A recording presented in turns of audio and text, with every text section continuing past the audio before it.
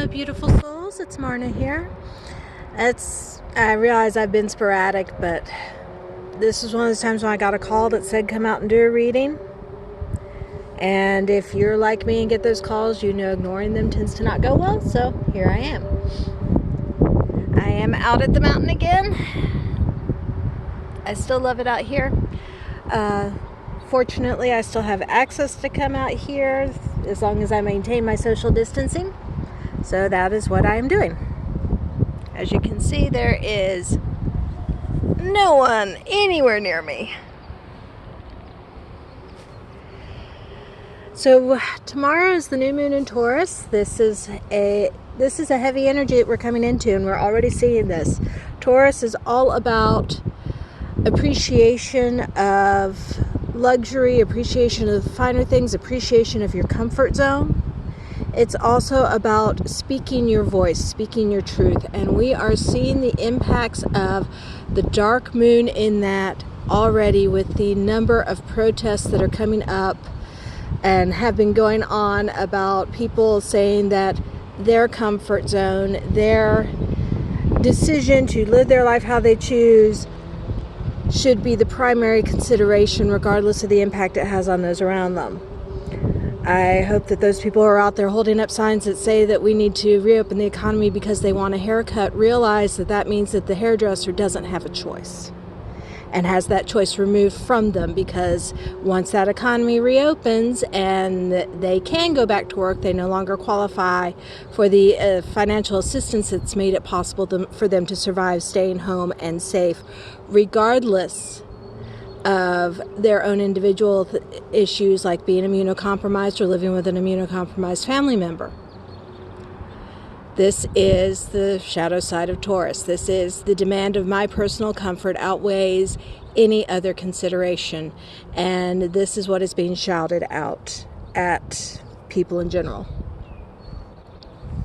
So coming into these energies, we've got another heavy read. And I apologize these reads are so bad. I wish I was doing happier reads. I really do. But here's the crux of the matter.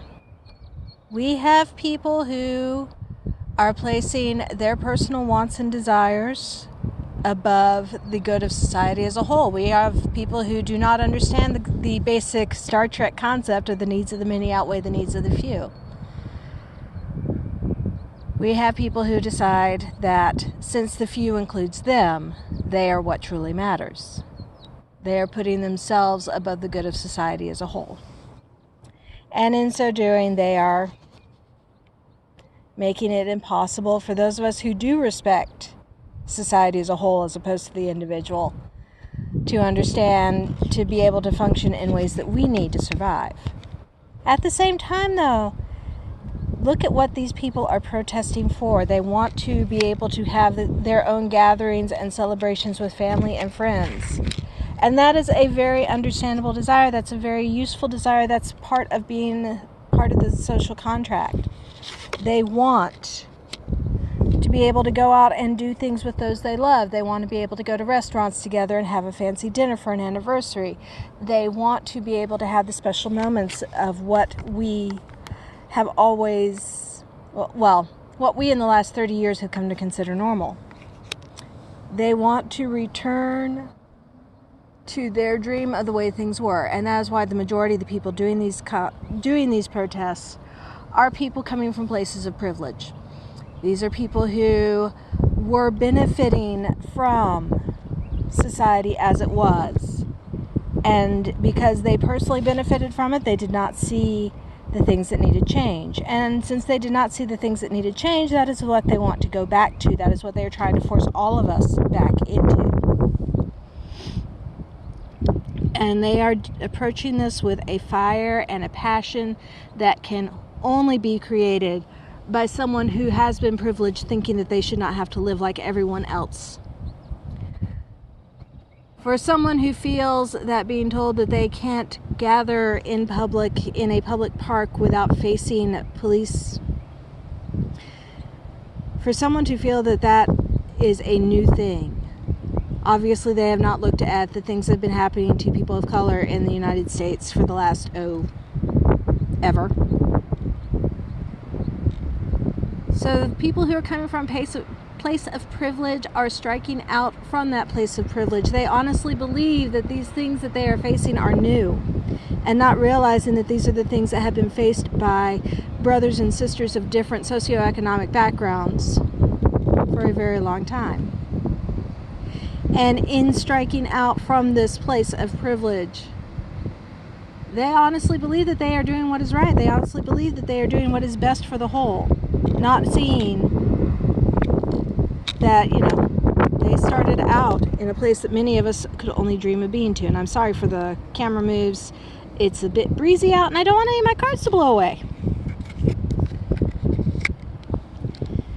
The people who are calling out from this place of privilege for things to go back to the way things were are chasing dreams. They are chasing their delusion of what was normal.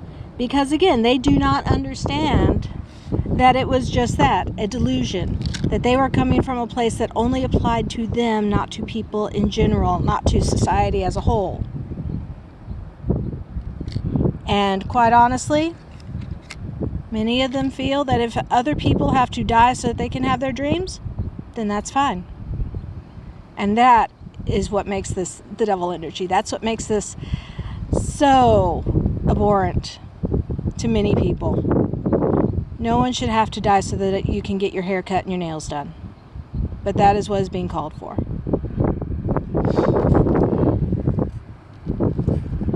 And quite often, the people who are doing these calls are doing so from a place of fear. Because they are recognizing ever so slowly, they don't want to take the blindfold off. They are recognizing that the world that they thought they knew is not the world that was. It's nice to be able to live in a little gated enclave and pretend that the problems of the world don't affect you, but the truth is that they do. And now people are being forced to confront that truth. And confronting that has them terrified. When you are used to living in an energy of lies and self-deception, having the truth come down on you hits hard. Having the reality of what other people have faced suddenly facing you hits hard. And facing that truth is not done with kindness.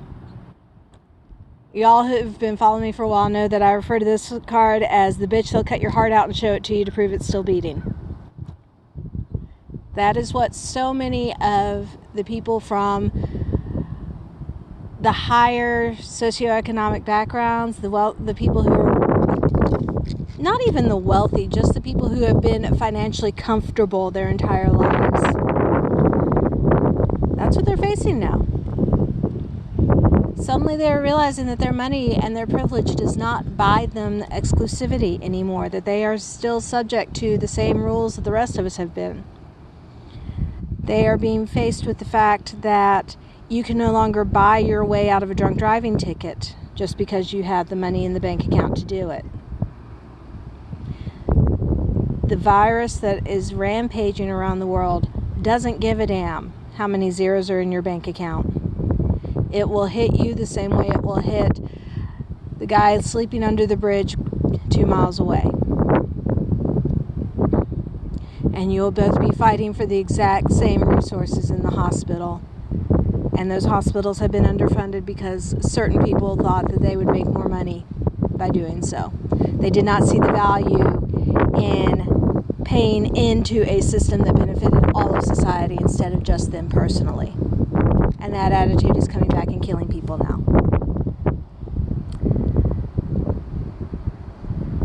And yeah, some folks are going to say I'm a raving socialist for saying this, but I've always admitted I have socialist tendencies. I've went into public librarianship for a reason. Let's face it, by allowing a minority of people who had wealth to take over our country, we have all shared some culpability in the result of this. By allowing the system to devolve the way it has, we all share some culpability. We should have risen up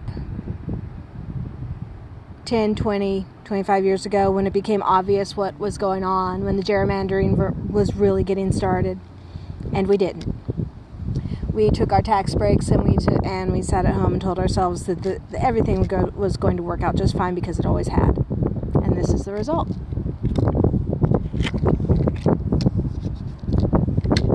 The thing is, facing the truths of what we have done, facing these hard truths, facing these fears, facing the reality of what we have created, this is what gives us the ability to move beyond it. By admitting these programs do not work, these that enriching the few and believing in trickle-down economics does not work, and by facing that truth, accepting that truth, and making that truth part of our social movement going forward, we set the ground for the victory of being able to build better than we were. I don't want to go back to what was, because what was fucking broken. But damn, I will happily take the building bricks from what we've learned before in the hopes of building better.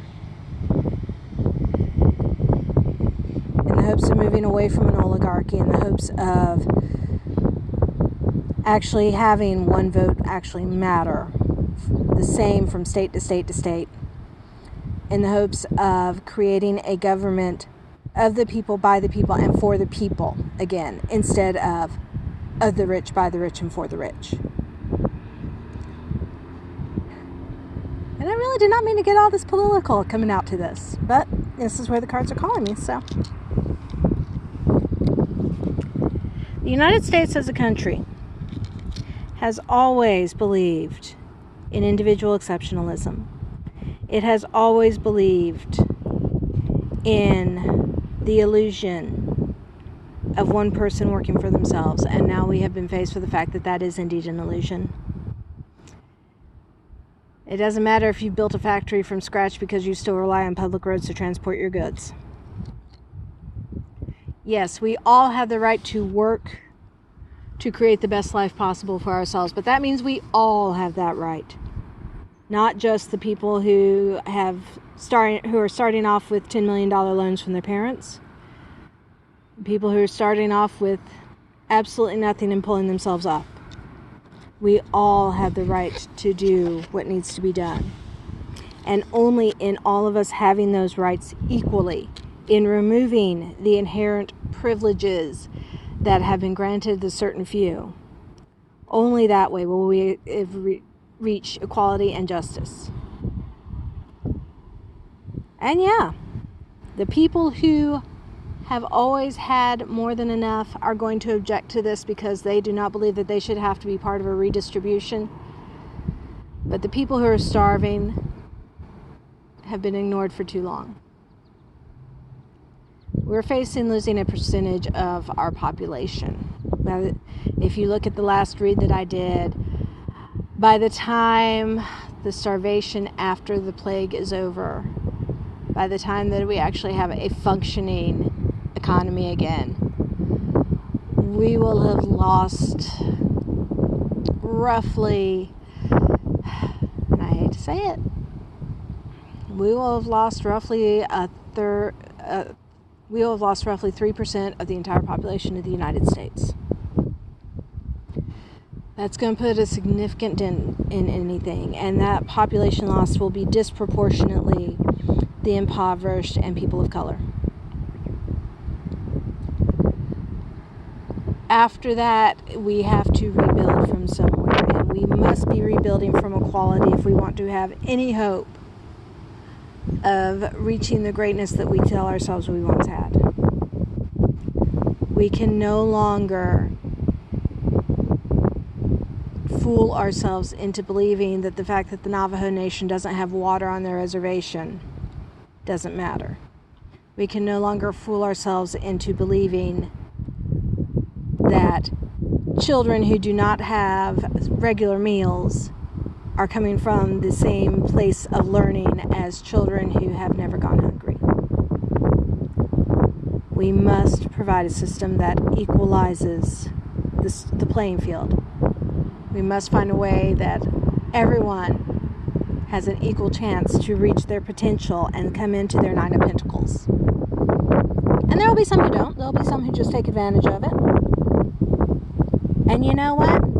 I'd rather those people take advantage of a system that is balanced towards fairness than have people who deserve so much more dying of starvation, dying of cold, dying of exposure.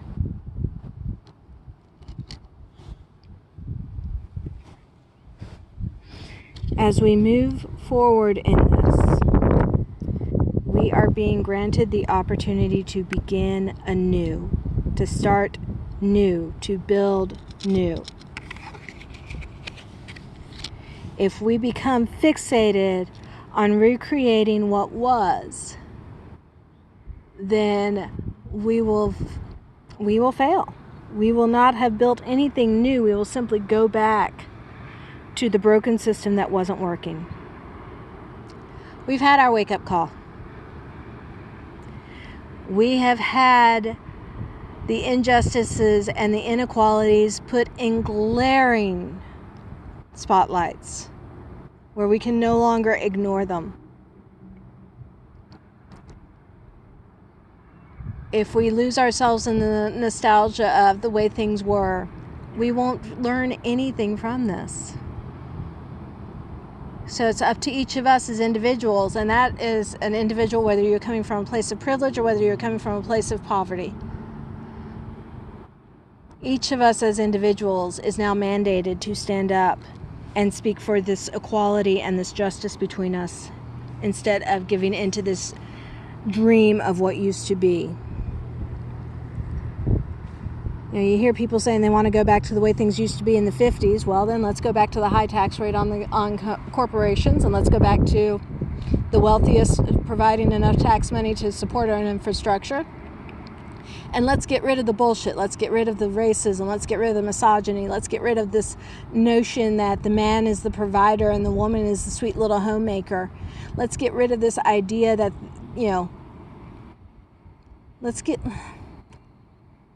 Let's move away from the things that did not work. Let's go back to remembering that it takes a village to raise a child, so that we appreciate our teachers and our daycare workers and make sure they have living wages, so that our children are getting the best possible. Let's stop saying those who can do, those who can't teach. Venerate our teachers, because they are the ones who are making the next generation of doers possible. We need living wages across the board. If that's a universal basic income, fantastic. That takes a lot of pressure off the individual business owners to provide a higher wage. But there has to be something. We can no longer allow people to die of starvation in what is theoretically the richest country in the world. We can no longer call ourselves great if we are allowing people to die because of centuries-old hatreds and fears. We can be better than we have been. We can look at the past and say that is the past and build for better. So yeah, that's the message from the mountain today. It's going to be rough. Change always is. The question is, how are you going to support that change, and what change are you going to be supporting? What are you working towards? And with that said, it is a beautiful day out here. I wish you could be out here with me to enjoy it. I hope you're having an equally beautiful day where you are.